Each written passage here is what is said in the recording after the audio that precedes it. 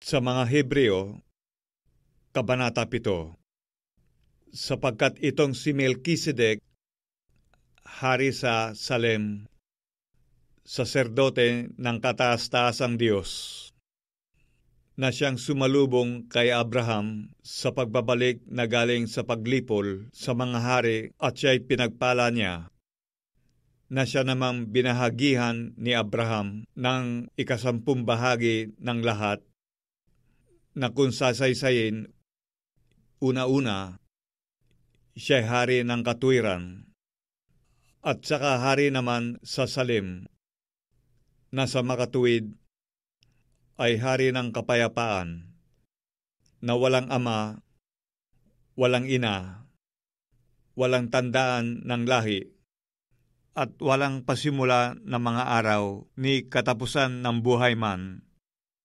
datapwat naging katulad ng anak ng Diyos, ay nanatiling saserdote magpakailanman.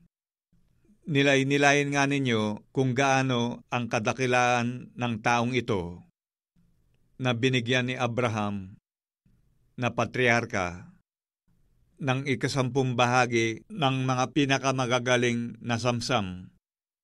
At katotohanan, ang mga sa anak ni Levi na nagsisitanggap ng katungkulang saserdote ay mayroong utos na kumuha ng 10 bahagi sa bayan ayon sa kautusan.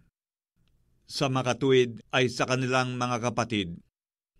Bagamat ang mga ito ay nagsilabas sa mga balakang ni Abraham, ngunit yaong ang talaan ng lahi ay hindi ibinibilang sa kanila, ay kumuha ng 10 bahagi kay Abraham, at pinagpala yaong may mga pangako.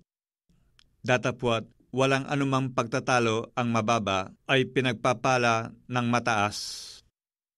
At dito'y ang mga taong may kamatayan ay tumanggap ng 10 bahagi. Datapwat doon ay ang isa na pinatutunayang nabubuhay. At sa makatuwid bagay, sa pamamagitan ni Abraham pati si Levi, na tumatanggap ng 10 bahagi, ay nagbayad ng 10 bahagi, sapagkat siya'y nasa mga balakang pa ng kanyang ama, nang ito'y salubungin ni Melkisedek.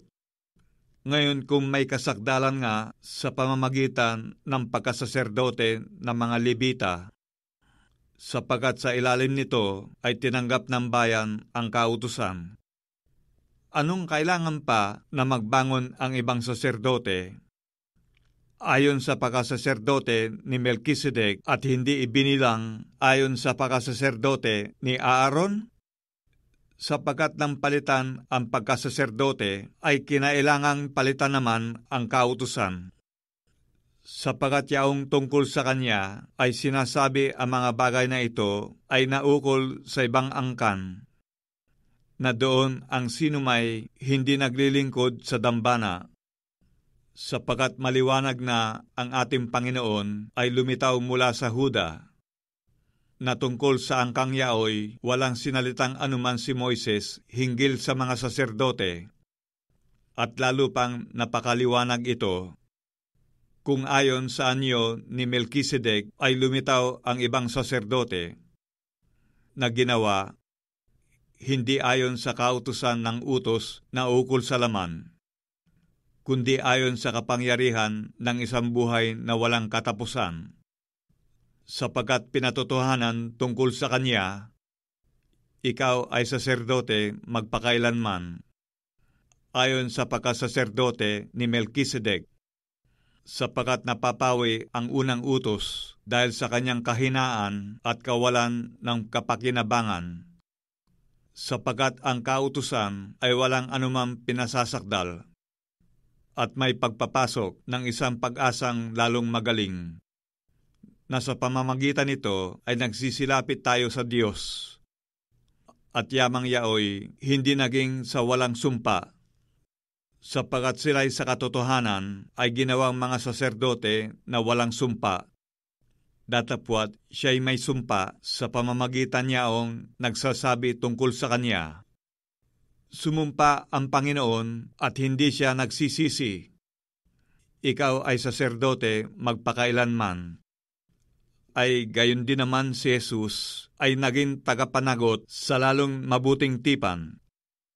At katotohanan sila'y marami sa bilang na naging mga saserdote, sapagkat dahil sa kamatayan ay napigil sila ng pagpapatuloy. Datapwat siya, sapagkat namamalagi magpakailanman ay may pagkasaserdote siyang di mapapalitan. Dahil dito naman siya'y nakapagliligtas na lubos sa mga nagsisilapit sa Diyos sa pamamagitan niya. Palibhasa'y laging nabubuhay siya upang mamagitan sa kanila.